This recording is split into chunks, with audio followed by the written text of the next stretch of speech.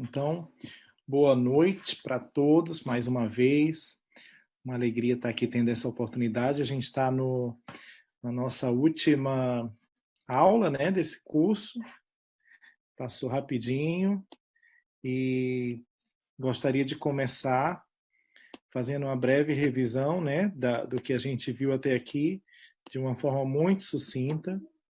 E vou compartilhar aqui a tela para que os irmãos possam acompanhar, tá bem? Deixe-me pôr aqui, ok?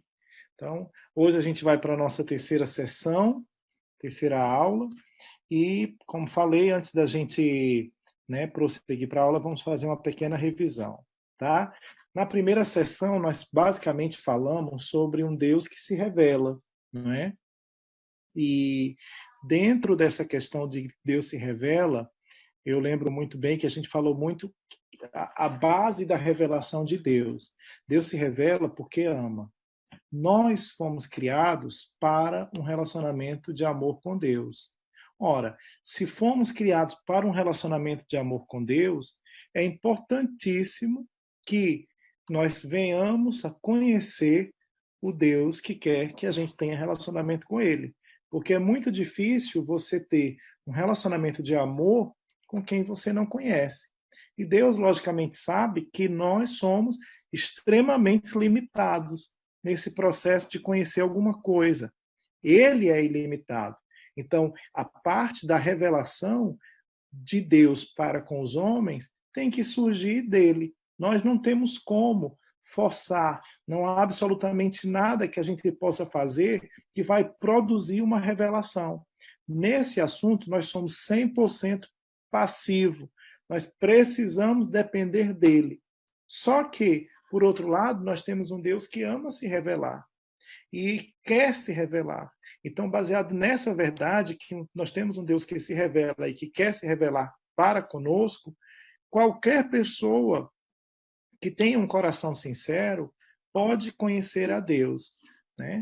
E aí a gente falou também sobre a importância de se conhecer a Deus. Isso é tão importante que João 17,3 fala que Jesus considera o conhecer a Deus como sendo a vida eterna. A vida eterna pode ser resumida no fato de conhecer a Deus. E quando a gente pensa sobre conhecer a Deus, nós não estamos falando de uma religião, nós estamos falando de um relacionamento pessoal, um relacionamento genuíno, não é? Com Deus. Deus se revela através de várias formas. Nós vimos que Deus se revelou através da criação, que Deus se revelou através de pessoas, que Deus se revelou através da palavra, que Deus se revelou através de Jesus e Deus se revelou através do Espírito Santo. Não é? E a Bíblia é uma delas, né? Uma dessas maneiras que Deus se revela. O que é interessante a gente observar é o seguinte, é que nós temos experiências com Deus. Só que todas as nossas experiências com Deus, elas têm que ser filtradas pela revelação bíblica. Quando eu tenho uma experiência espiritual que contradiz aquilo que a Bíblia fala, eu tenho que tomar uma decisão. Ou eu vou continuar com a Bíblia, ou eu vou continuar com a minha experiência.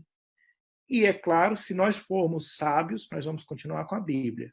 Por quê? Porque nós podemos ter experiências enganosas, mas a Bíblia não nos engana. Então, em outras palavras, o que eu estou querendo dizer é o seguinte, que tudo aquilo que a gente venha conhecer de Deus tem que ser pautado, verificado, filtrado por aquilo que a palavra diz. Por isso que é nossa responsabilidade também conhecer a palavra de Deus. Né?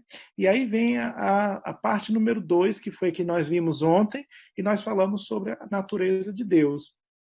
Tá? Então, dentro desse conceito de natureza, quando a gente escuta essa palavra natureza de Deus, em outras palavras, nós estamos falando essência, aquilo que Deus é, que não muda. Né? Então, Deus, a gente viu ontem que é uma trindade de personalidades. Por que é importante nós colocarmos aí a palavra personalidade?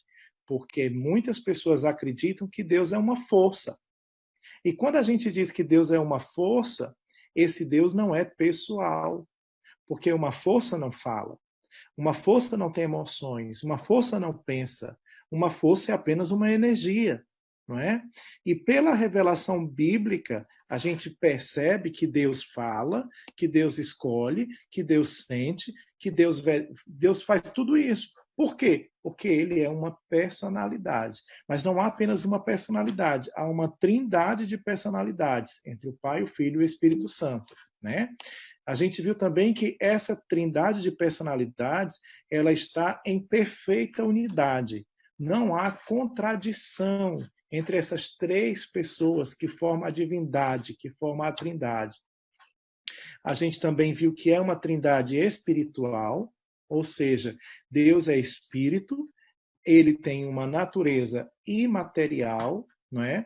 Isso também é muito importante, porque muitas vezes nós pedimos para Deus uma revelação física. A gente queria ver, queria tocar. A ciência até hoje não aceita a existência de Deus, porque a ciência só reconhece como existente aquilo que pode ser tocado, aquilo que pode ser visto, não é? E como a essência de Deus é espiritual, a ciência tem limitações de enxergar o espiritual, não é? A Trindade também com habilidades de personalidades. O que isso significa? Não é só uma personalidade diferente, mas ser uma pessoa. E como pessoa, essa pessoa tem uma individualidade, não é? Individualidade nas escolhas, nas emoções, uma individualidade no pensamento, tá? Então nós temos aí, quando a gente fala que é uma trindade com habilidade de pessoa, basicamente a gente está falando de um Deus que pensa, um Deus que fala, um Deus que escolhe, um Deus que sente, um Deus que é livre, não é? Por isso que ele tem, são os atributos de personalidade. E uma trindade com habilidades naturais. Isso aqui é bem interessante porque foi como a gente concluiu. Nós vimos que Deus ele é eterno, em outras palavras, ele não tem uma causa primeira, ele não tem um início, ele sempre existiu e sempre existirá. Por isso que ele é o Criador. Nós temos um Deus que é onipotente, onipresente e onisciente, ou seja, ele está em todos os lugares, ele sabe tudo aquilo que é possível saber e ele está presente e ele tem todo o poder, não é? Então, essas foram um resumo dessas duas aulas e hoje nós vamos falar sobre caráter de Deus, tá? Que é outro aspecto da pessoa de Deus, tá?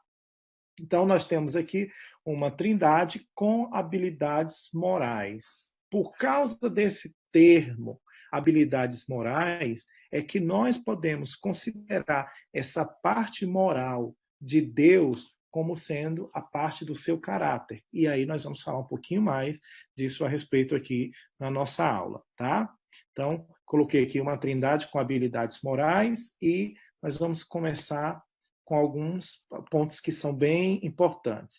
Isso significa que o nosso Deus é capaz de originar as próprias escolhas, sendo assim responsável por aquilo que ele faz, tá?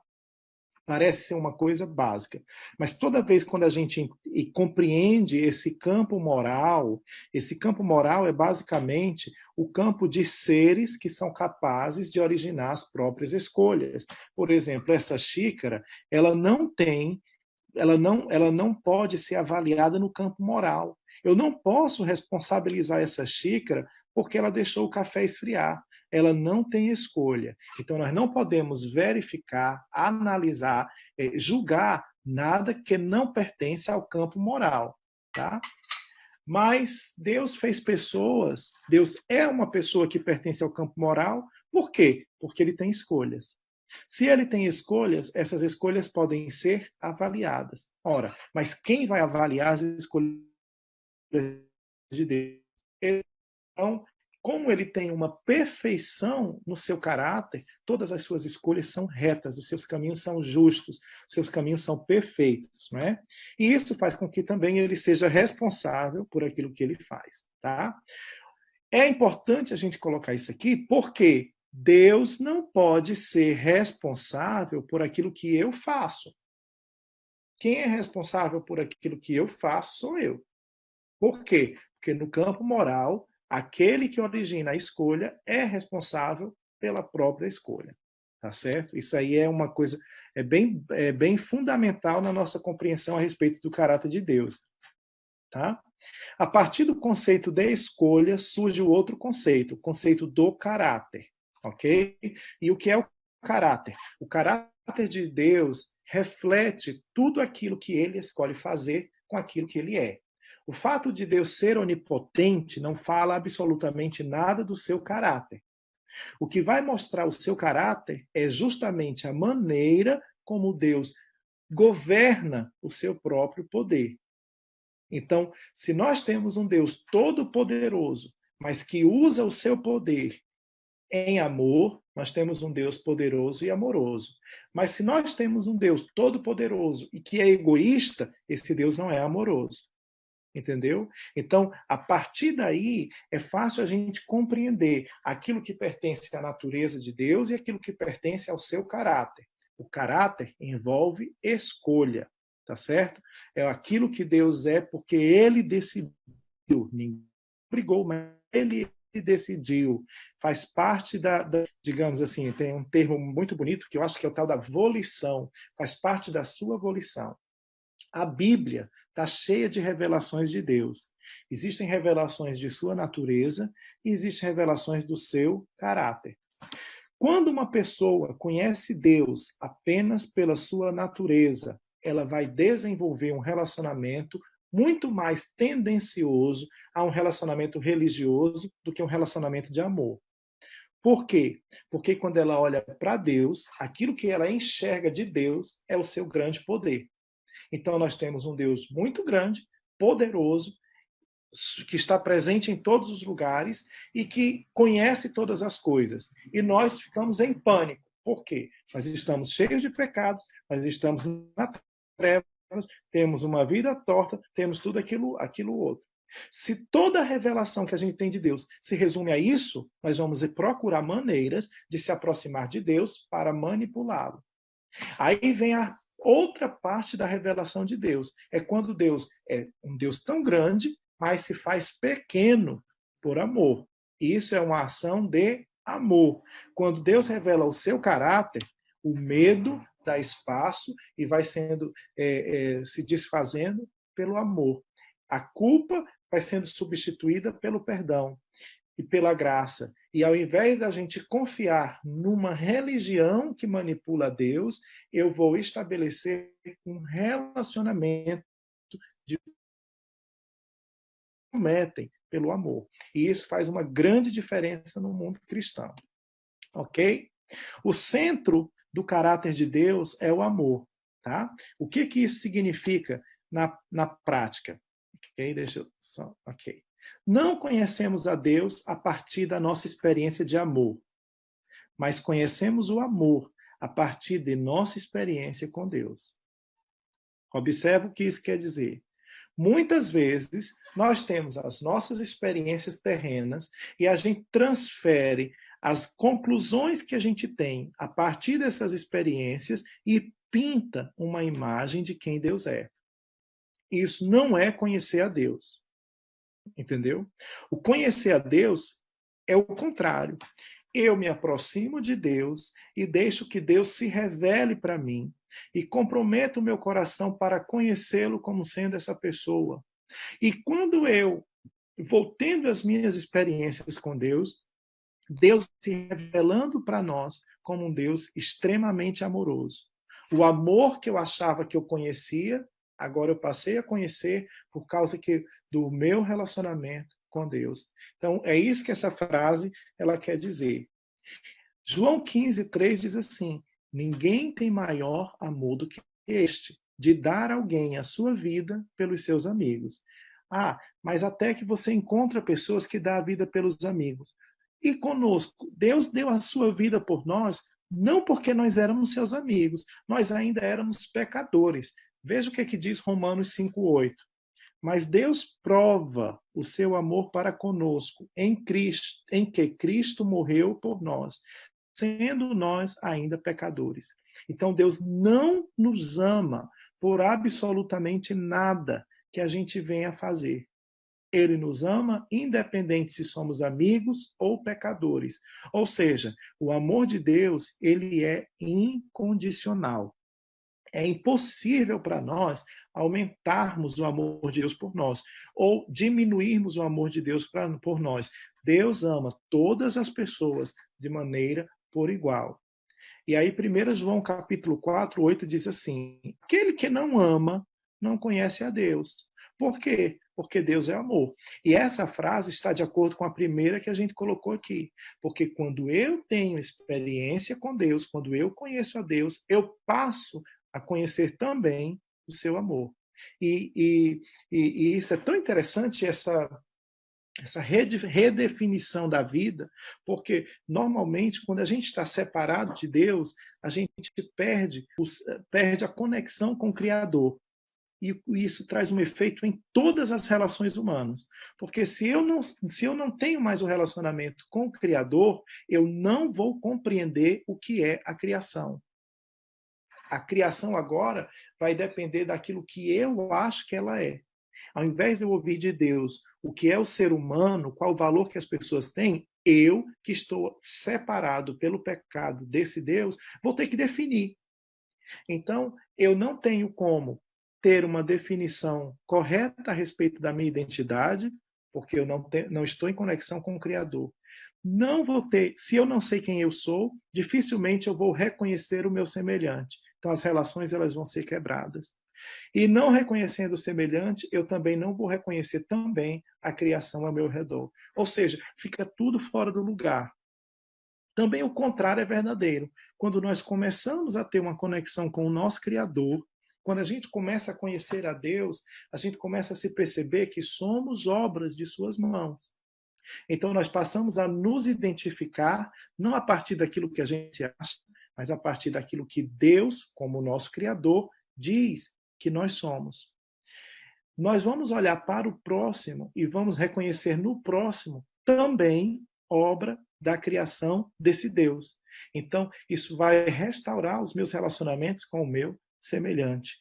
E, por conseguinte, vai também restaurar os relacionamentos com a criação. Veja o que diz a definição de amor. O amor, o ágape, ele é o compromisso de sempre escolher o que é melhor para aquele que se ama. O amor não é uma emoção, não é um sentimento, mas é uma escolha. Quem mostra isso para nós? Deus. Porque aqui a gente encontra um Deus que nos ama quando nós somos seus amigos, ou que nos ama sendo nós ainda pecadores. Esse é o padrão do amor de Deus. O amor é uma escolha, não é um contrato em que há deficiências mútuas, mas é uma escolha, não é? Então, nós temos um Deus que ama, um Deus que é amor, tá? Então, vamos ver como que o caráter de amor de Deus se manifesta. Primeira coisa extremamente importante, se manifesta em verdade. O que isso significa para nós, em termos de vida prática? Deus é a verdade. Verdade é a perfeita descrição da realidade. Deus é a verdade porque expressa as coisas como elas realmente são, sem distorções ou deturpações. Deus não engana. Deus não tem segundas intenções. Deus não tem trevas. Deus não manipula. Deus não espera a gente dormir para trabalhar em nós. Ele trabalha às claras. Por quê? Porque no centro do seu caráter de amor, esse caráter de amor se manifesta através da verdade. A Bíblia manda-nos seguir a verdade em amor. São duas coisas que são inseparáveis, o amor e a verdade. Não existe amor sem verdade, e não existe verdade sem amor. Deus sempre usa a verdade em amor. Veja Êxodo capítulo 34, versículo 6, diz assim: o Senhor Deus, misericordioso e piedoso, tardio em irar-se e grande em beneficência e verdade. Então, Deus tem a habilidade de saber tudo aquilo que é real e aquilo que ele fala está 100% de acordo com aquilo que ele vê. Isso faz com que a gente possa confiar na sua palavra. Deus não engana ninguém. Não é? E João capítulo 14, versículo 16 e 17 diz assim: disse-lhe Jesus: eu sou o caminho e a verdade e a vida. Ninguém vem ao Pai senão por mim. Jesus Cristo foi a única pessoa da história que disse: eu sou a verdade.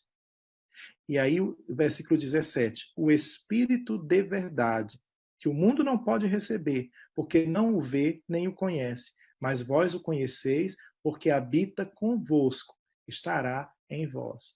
Então, nós temos um Deus que ama a verdade. Deus não ama a mentira, ele ama a verdade. Está tão no centro do caráter de Deus que o inimigo, a estratégia do inimigo para nos tirar desse relacionamento com Deus, a única arma que ele tem é um negócio chamado mentira. A Bíblia diz que o diabo ele mente desde o princípio, porque a mentira ela vai ocupar o lugar da verdade. Enquanto a verdade liberta, a mentira aprisiona. Enquanto a verdade alimenta, a mentira deixa-nos faminto, não é? Mata de fome. Ok? O outro aspecto do caráter de Deus fala a respeito da justiça. Como que o caráter de amor de Deus se manifesta? Em justiça. E o que isso significa? Deus é justo. E o que é a justiça? Deus só faz aquilo que é justo e reto, tá? Ele está comprometido com a verdade, né? Então, Hebreus 1, versículo 8 e 9 diz assim: mas do Filho diz, ó Deus, o teu trono subsiste pelos séculos dos séculos. Cetro de equidade é o cetro do teu reino. Amaste a justiça e odiaste a iniquidade. Por o teu Deus te ungiu com óleo de alegria mais do que a teus companheiros. Isso aqui o autor de Hebreus está citando o Salmo 95. Mas o que é interessante é que você observa que no centro do reino de Deus está a justiça, está a equidade. O centro do governo de Deus é a justiça. E o que é a justiça? É o amor de Deus distribuído por partes iguais. Deus não ama ninguém mais do que outro, ok? Nós estamos falando do amor, tá? Deuteronômio 32, 4. Ele é a rocha, cuja obra é perfeita, porque todos os seus caminhos justos são.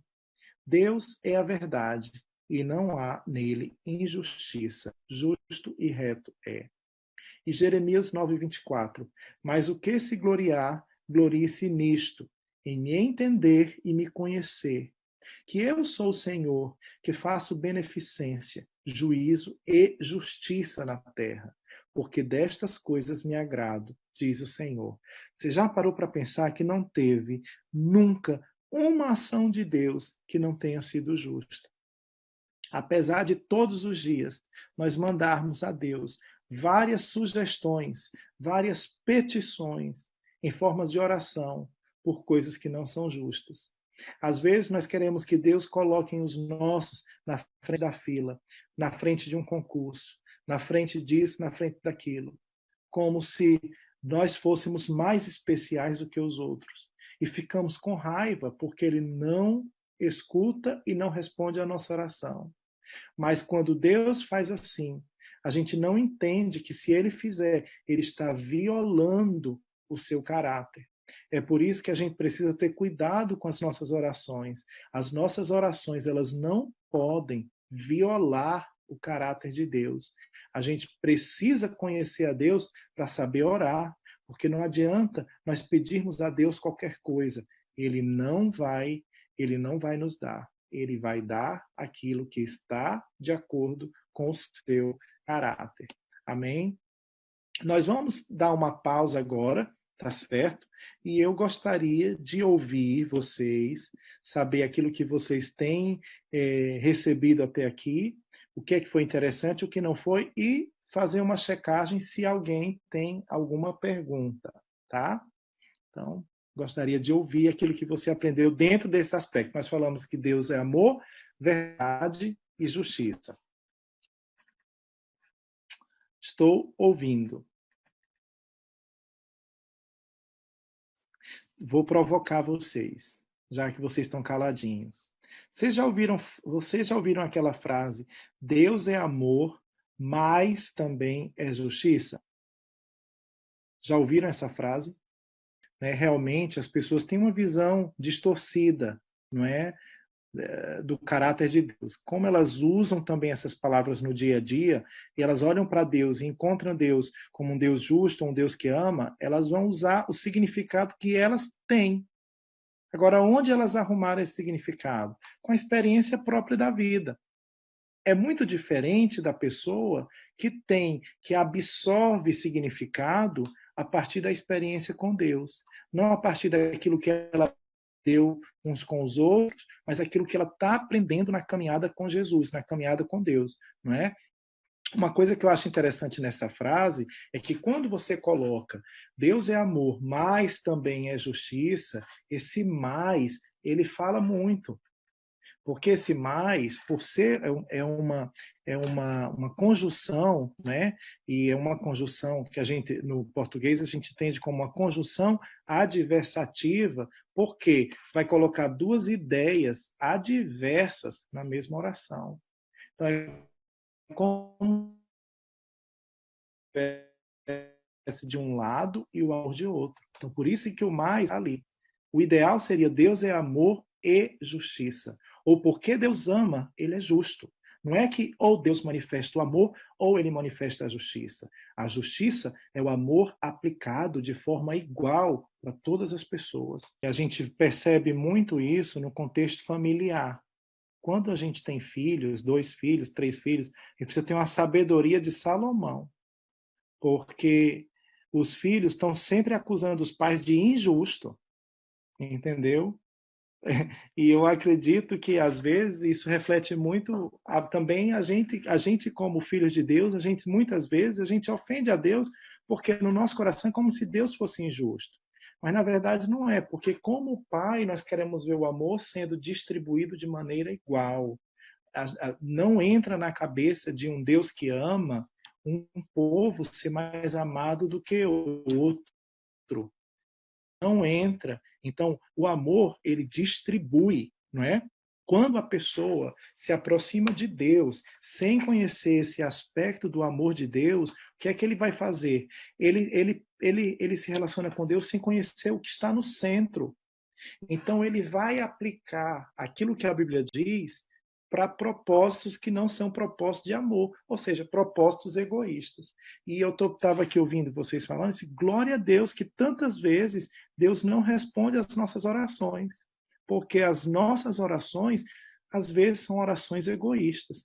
E Deus sabe ouvir as orações, ele não fica ofendido, mas ele sabe filtrar aquilo que tem verdade naquelas orações, o que é sede de vingança, o que é revolta, Deus sabe filtrar tudo isso e ele, ao invés de nos tratar baseado naquilo que a gente fala, ele conhecendo o nosso coração, ele se relaciona conosco, aquilo que está por trás das nossas palavras. E isso é coisa de um Deus que ama. Amém. Isso daí está muito dentro daquela ideia que a gente tem, é que para Deus ser justo, a vida precisa ser justa, entendeu?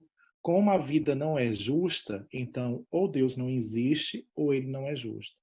Só que nós estamos falando de duas coisas diferentes. Nós estamos falando do caráter de Deus, que é uma coisa perfeita e que é separado da realidade que a gente experimenta aqui, não é? Então, aquilo que nós experimentamos no mundo, nessa realidade aqui, certo? Não é justo. E como que isso não se tornou justo? Porque isso foi criado perfeito. Quem que tornou esse mundo quebrado e injusto? O próprio homem. Através de quem? Através das influências e das mentiras do nosso inimigo, não é? E através da própria iniquidade do coração humano. Então, isso tem feito com que o homem destrua aquilo que recebeu como criação e transfira para Deus a responsabilidade das ações humanas. Por isso que a gente precisa separar muito bem aquilo que é o caráter de Deus e aquilo que a gente experimenta aqui embaixo. Porque Deus, ele é extremamente justo, certo? E porque ele é justo, ele não quer deixar que essa terra continue do mesmo jeito. O que é que ele faz? Ele criou um plano, uma estratégia, que a gente chama de estratégia de redenção, que é uma manifestação do negócio chamado Reino de Deus. A proposta de Deus contra a injustiça terrena é um negócio chamado Reino de Deus. E muitas vezes nós da própria igreja não aceitamos a ideia do Reino de Deus. Nós queremos até que a nossa salvação ela seja injusta. De que forma? Eu quero ser salvo, o resto que se lasque. Entendeu? Nós queremos usar o fato de termos, entre aspas, intimidade com Deus, justamente para se fazer de merecedores do relacionamento com Deus, que é aquilo que eu chamo, um negócio chamado nepotismo espiritual. É você tirar vantagem do fato de ser filho de Deus. Entendeu? E isso é uma violação do relacionamento com Deus.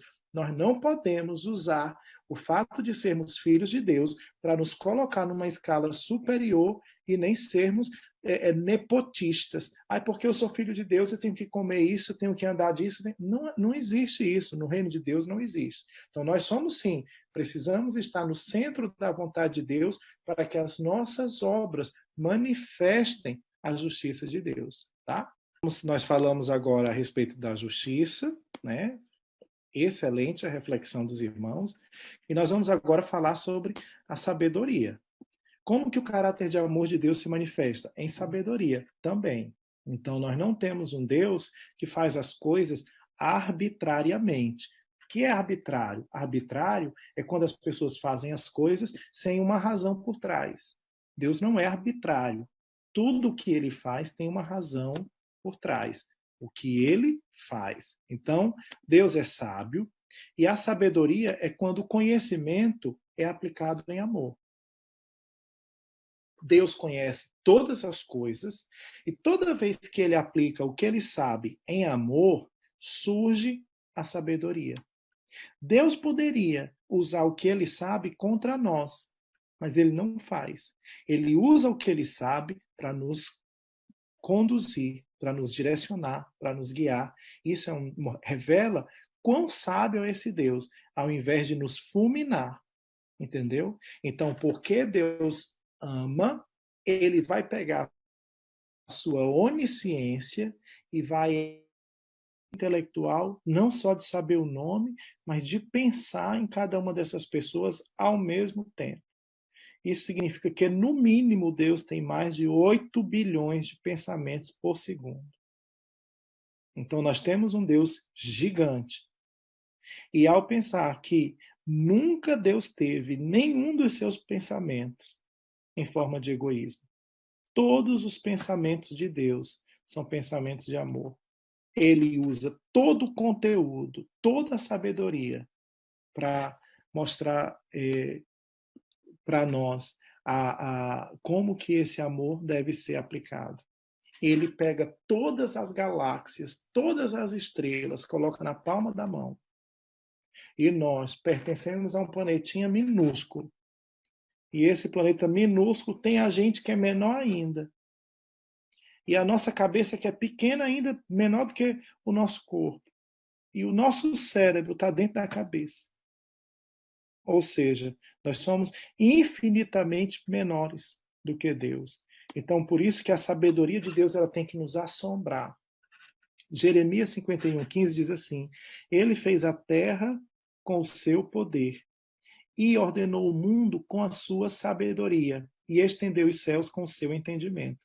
Olha que interessante. Quando ele diz aqui que ele ordenou o mundo com a sua sabedoria, ele está falando da maneira como ele governa o mundo físico, da maneira como a natureza acontece, da maneira como o ciclo da água funciona, da maneira como o material genético orienta as espécies, da maneira que você pega uma castanha de caju que está na sua casa há tanto tempo e você põe na terra e as condições perfeitas ativam todos os processos biológicos e faz aquela castanha se transformar em uma árvore. Então, cada coisa que Deus fez com um design perfeito, ele ordena de maneira sábia. A Bíblia diz que não cai uma folha sem que ele não permita, ou seja, Deus governa o mundo físico de uma forma tão sábia. Ninguém o surpreende no mundo físico, não é? Porque ele estendeu os céus com o seu entendimento. Veja Provérbios 3,19, diz assim: o Senhor, com sabedoria, fundou a terra, e com entendimento preparou os céus. E por último, 1 Coríntios 2,7 diz assim: mas falamos a sabedoria de Deus, oculta em mistério, a qual, a sabedoria, Deus ordenou antes dos séculos para a nossa glória. O que significa essa sabedoria de Deus? Significa aprender a ver as coisas a partir do ponto de vista de Deus, a conhecer não por vanglória, não por partidarismo, não para mostrar para os outros que sabe alguma coisa, mas você usar o conhecimento para edificar, para abençoar, para instruir, para tornar o outro que está ao seu redor melhor do que você, para desenvolver, para que ninguém se perca, ninguém perca o seu propósito por causa de mentiras, por causa de ignorância no entendimento, mas você se torna um instrumento de Deus, de sabedoria, e as pessoas que estão perto de você, elas passam a compreender as coisas com mais clareza, elas passam a se apaixonar por um Deus sábio. Nós temos uma ideia que para você seguir a Deus, você tem que ter uma fé absurda. E a fé absurda, ela não casa com a racionalidade. Ou seja, quanto mais absurdo, mais espiritual a gente é. Isso é uma violação de quem nós somos, uma violação de quem Deus é. Nós temos um Deus sábio. E esse Deus que é sábio ministra o seu conhecimento em amor. Ele não quer a gente pagando papel de ridículo. Ele não quer a gente ridicularizando os outros. Ele quer que nós usemos aquilo que a gente sabe em amor. E isso é sabedoria. Há inúmeros textos na Bíblia. Tem um que eu acho interessante. Diz, se o povo buscasse a sabedoria, como quem busca o ouro e a prata. Nós trabalhamos 8 horas, 9 horas, 10 horas pelo ouro e pela prata. E quanto tempo a gente gasta pela sabedoria? A gente precisa pedir a Deus sabedoria antes de colocar o pé no chão, porque é a sabedoria que vai trazer as riquezas, é a sabedoria que vai alimentar, que vai encher as nossas despensas. Não é a nossa força, é a sabedoria. Lembra de Salomão? Salomão, quando Deus disse para ele, o que é que você quer, Salomão? E Salomão pede sabedoria. Aí Deus diz, Salomão, por que você não me pediu nem ouro, não foi nem porque ele pediu sabedoria, foi pelo que ele não pediu. Aquilo nem estava na pauta de Salomão. Eu quero sabedoria. E a pessoa que pede sabedoria, ela se torna uma fonte no deserto. Ela alimenta as pessoas que estão perto delas. Deus se manifesta também em misericórdia. E o que é? Então, nós temos aqui que Deus, ele é misericordioso. A misericórdia é quando a bondade se manifesta para aquele que não merece. Em Efésios 2, 4, 5 diz, mas Deus, que é riquíssimo em misericórdia, pelo seu muito amor com que nos amou, a base da misericórdia está aqui, pelo seu amor que nos amou, estando nós ainda mortos em nossas ofensas, nos vivificou juntamente com Cristo. Isso acontece porque nós temos um Deus que é rico em misericórdia. As pessoas têm uma citação que as pessoas usam muito para compreender a diferença entre graça e misericórdia, que as pessoas dizem, né, que graça é quando recebemos aquilo que nós não merecemos. E a misericórdia é quando não recebemos o que a gente merecia. Então, a graça é quando, a misericórdia é quando a gente deveria levar uma surra e não levamos. A gente não merecia nada e a gente recebe ali um bolo de aniversário, digamos assim. Lamentações 3:22 diz assim, as misericórdias do Senhor são a causa de não sermos suas misericórdias não têm fim. Então, nós temos um Deus 100% misericordioso. Isso significa que Deus não tem prazer no mal. Esse sarcasmo, esse sadismo que a gente tem, de ter prazer no mal alheio, de ver as pessoas, e quero que tem gente que diz, eu quero é que o mar pegue fogo para eu comer peixe assado. né? As pessoas têm as pessoas são sádicas agora nesse período, porque elas olham para elas e dizem assim: poxa, eu tô com o meu garantido, porque meu nome está escrito no livro da vida. Quem não quis até aqui, ó, te vira, entendeu? Tem muita gente que tem essa visão apocalíptica de não ver a hora de Deus voltar e quem quiser que se lasque. Isso não é de Deus, isso não é misericórdia. Não é? Porque a misericórdia ela se compadece, ela tem compaixão, e paixão é sofrimento, ela sofre pelo outro, não é?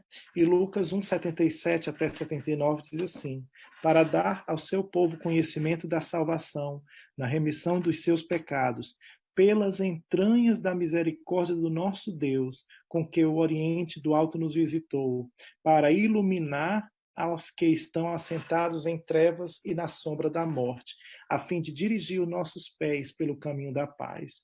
Então nós temos um Deus, veja o coração de Deus aqui nesse versículo.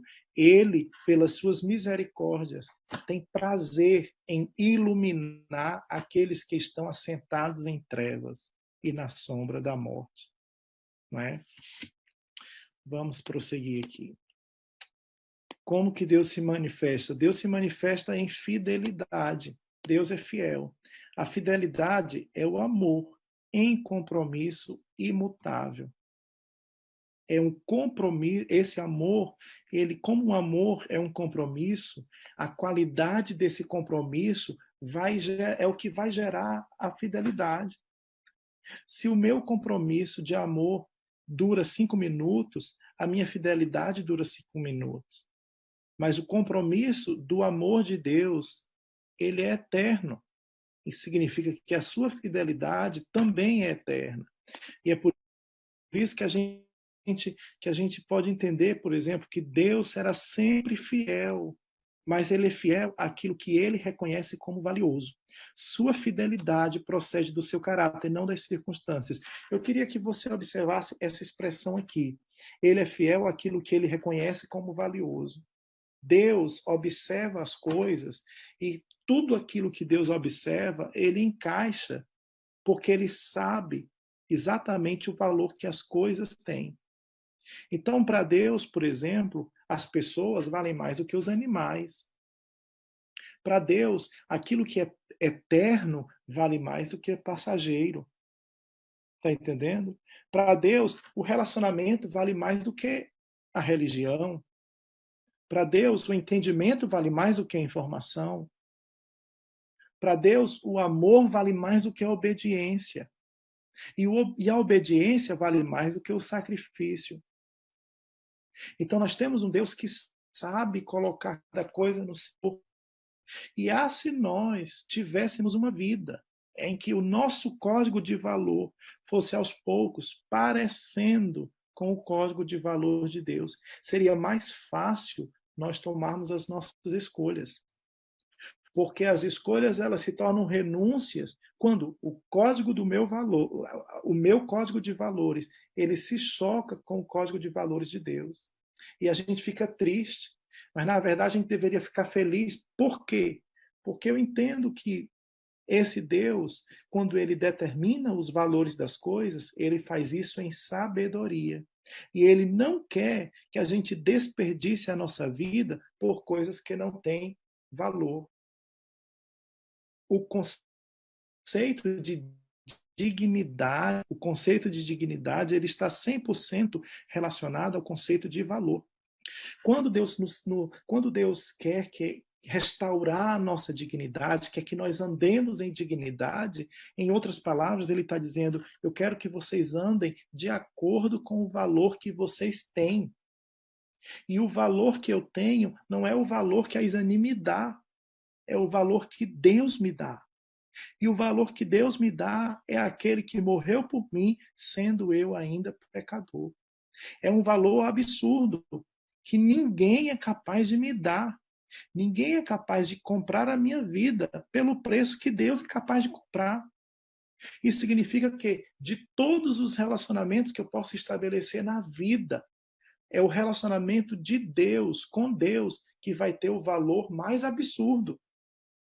E fere o nosso coração quando nós abrimos mão desse relacionamento por relacionamentos que são passageiros. Fere, viola as relações quando a gente abre mão daquilo que é eterno por coisas que são passageiras. Entendeu? Então, o tornar-se discípulo exige que a gente deixe que o caráter de Deus e a sua fidelidade mexa no nosso código de valor. Porque esse amor que ele quer que a gente experimente, ele tem um compromisso imutável. Por que as pessoas trocam de esposas ou trocam de esposos? Porque o compromisso que eles tinham não era um compromisso imutável, era um compromisso passageiro. E a base do casamento deve ser uma base mais segura possível, deve ser um relacionamento de amor. Então, é o tamanho do amor que vai gerar o tamanho da fidelidade. Não tem como haver fidelidade sem amor. Se há fidelidade sem amor, isso não é fidelidade, isso é uma manipulação. Entendeu? Então, tudo que a gente faz para mostrar para Deus que somos fiéis, quando não o amamos, isso não é fidelidade, isso é manipulação religiosa. Então, a fidelidade ela tem que ser um fruto que surge a partir de um coração que ama. Quando nós amamos, nós nos tornamos fiéis naturalmente. Nós não precisamos encontrar uma maneira de mostrar que somos fiéis, porque a gente ama. O nosso compromisso não é mostrar nada para ninguém, é simplesmente amar. Tiago, capítulo 1, 17, diz assim: toda boa dádiva e todo dom perfeito vem do alto, descendo do Pai das luzes, em quem não há mudança nem sombra de variação. Aqui nós temos um caráter imutável de Deus. 2 Timóteo 2,13, extremamente usado. Se formos infiéis, ele permanece fiel. Não pode negar-se a si mesmo. A gente entende essa condição aqui, que isso aqui é uma condição. Se, tá? Isso aqui está dizendo, quando formos infiéis, ele permanece fiel. Mas não está nos obrigando, não é uma ordem, não está nos obrigando. O nosso papel é ser infiel e o dele é ser fiel. Não é assim, entendeu? Mas ele está dizendo aqui, quando somos infiéis, mesmo sendo infiel, ele permanece fiel. E qual a base disso? Não é porque você é o buraco da creme crack. Não, é porque ele não pode negar-se a si mesmo. Deus não vai violar o caráter dele porque está com raiva de você. Não é? E Isaías 49, 14, 16 diz, porém Sião diz, já me desamparou o Senhor, e o meu Senhor se esqueceu de mim. Aí vem, porventura pode uma mulher esquecer-se tanto de seu filho que cria, que não se compadeça dele, do filho do seu ventre? Mais ainda que esta se esquecesse dele, contudo eu não me esquecerei de ti. Eis que nas palmas das minhas mãos eu te gravei. Os teus muros estão continuamente diante de mim. Gente, isso aqui é o relacionamento bruto que Deus quer ter com a gente. Entendeu? É saber que Deus nunca esqueceu. E às vezes a gente fica se transformando em pessoas que não somos para chamar a atenção dele, enquanto que o nosso nome está gravado na palma da mão dele. Talvez se a gente se preocupasse menos em performar, em mostrar e simplesmente em estar presente, estar perto, a gente poderia desfrutar a fidelidade de Deus. Saber que Deus tem prazer na pessoa da gente, não naquilo que a gente fala, não naquilo que a gente faz, não nas horas, né, que a gente gasta orando. Não, a fidelidade, ela não é baseada nas circunstâncias, ela é baseada no caráter dele. É o caráter dele que garante a fidelidade, entendeu? Agora vem a parte dolorosa. Como que eu posso aplicar tudo isso? Isso aqui agora é um tempo de resposta. E esse vai ser como se fosse uma conclusão do nosso curso todo, tá? Então eu coloquei aqui, eu fiz uma manipulação bem barata mesmo, tá certo? Coloquei aqui umas expressões e eu queria que você, ao ler essas expressões, você verificasse no seu coração se isso diz muito a respeito de você, ou não diz nada a respeito de você, ou diz mais ou menos. tá bem? Você não precisa dizer para mim, mas você vai sondar o seu coração, tá? Tem a ver com essas 3 ministrações que nós passamos aqui, tá? Primeira coisa, mais do que nunca. Por que eu coloquei mais do que nunca? Porque muitas coisas não são novas, tá? A gente não está ouvindo isso pela primeira vez. Mas, digamos assim, mais do que nunca eu ouvi isso aqui. Mais do que nunca, hoje eu entendo que conhecer a Deus é a parte principal da minha vida. Meu objetivo com essas aulas era fazer você compreender isso. Mais do que nunca, você compreender que conhecer a Deus é a parte principal da sua vida. Não é o seu trabalho, não é a sua família, não é a sua esposa, não é a sua igreja. Saulo, você está dizendo que essas coisas não têm valor? Não. Todas essas coisas têm valor. Mas nenhuma dessas coisas tem um valor superior ao fato de você conhecer a Deus. Se você ama essas coisas, você precisa conhecer a Deus imediatamente. Porque quando você conhece a Deus, você vai dar para essas coisas o significado que Deus dá. Mais do que nunca, hoje eu entendo que a Bíblia está em minhas mãos não para me tornar religioso, mas para me levar a um relacionamento de amor com Deus, onde posso conhecê-lo, conhecer-me e ser livre no propósito pelo qual ele me criou. Então, o objetivo da Bíblia, gente, o prazer de Deus não está em ver que você todo ano lê a Bíblia. Eu sei que é tão legal, a gente pega aquela folhinha e faz o tique, né? Aquilo é legal demais, eu acho o máximo. Porém, não é o fato de nós lermos a Bíblia todo ano que vai fazer com que nós conheçamos o nosso Deus.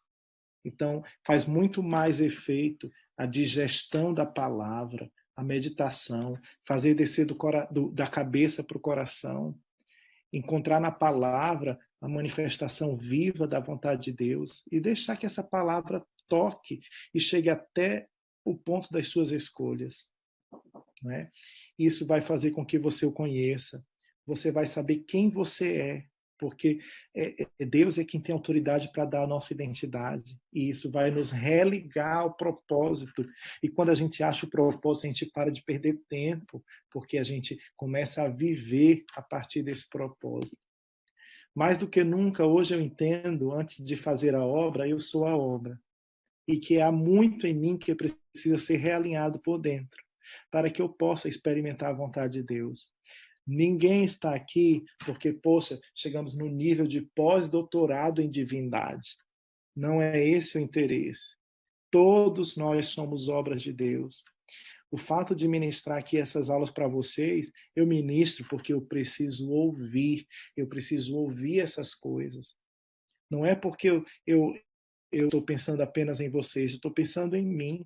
É um tempo de edificação minha, porque à medida que eu estou falando, o Espírito de Deus vai falando ao meu coração e vai trazendo revelações. É quando eu dou que eu recebo, não é?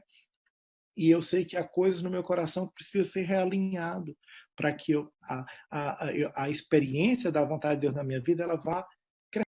Mas Deus me mostra claramente o que Ele quer de mim. E cabe a mim dar uma resposta.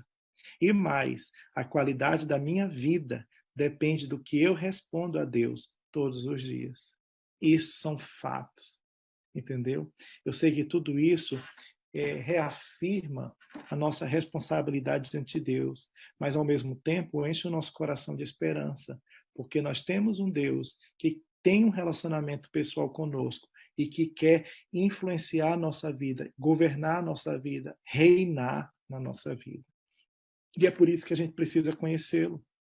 Não é por outra coisa. Não é por causa de unção, não é por causa que a gente quer a igreja grande, não é por nada disso. É pelo fato da gente ter vida. Essa é a única forma que a gente pode ter vida na vida. Então, eu quero agradecer esses 3 dias que nós tivemos em ministração e agora eu vou abrir esse espaço para saber se alguém tem alguma pergunta ou algum comentário a fazer. Amém? Alguém vai levantar a mãozinha para falar?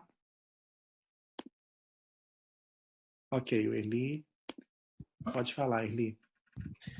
Assim, você realmente fechou com chave de ouro. Realmente foi maravilhoso o seu fechamento, né? E faz a gente refletir sobre nossa vida, né? E o propósito de Deus para comigo, para cada um de nós, né? Não esperava que essa conclusão fosse assim, mexer com o nosso eu, sabe? Com cada um de nós e que a gente possa refletir como está a nossa caminhada, né, cristã, como está nosso relacionamento com Deus, né? E isso é muito importante, né? Qual é o propósito de Deus para as nossas vidas? Gostei bastante do seu fechamento, foi muito bom para a minha vida. Amém, Eli. Obrigado, amigo. Amém.